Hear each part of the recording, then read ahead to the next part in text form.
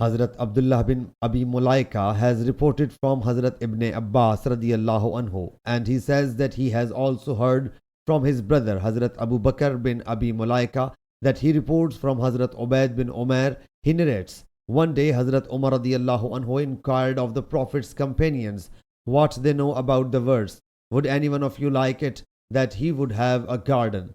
They replied, Allah Jalla Jalaluhu knows the best. Whereupon Hazrat Umar radiyallahu anhu got angry and said, tell whether you know or not. So Hazrat Ibn Abbas radiyallahu anhu submitted, O the chief of the believers, I have something about it in my heart.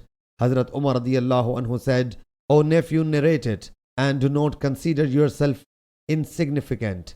Hazrat Ibn Abbas radiyallahu anhu said, here an example of a deed has been illustrated. Hazrat Umar radiyallahu anhu said, of which deed? Hazrat Ibn Abbas radiyallahu anhu said, only of a deed. Hazrat Umar radiyallahu anhu said, it is an example of a wealthy man who performs good act and complies with Allah's commands.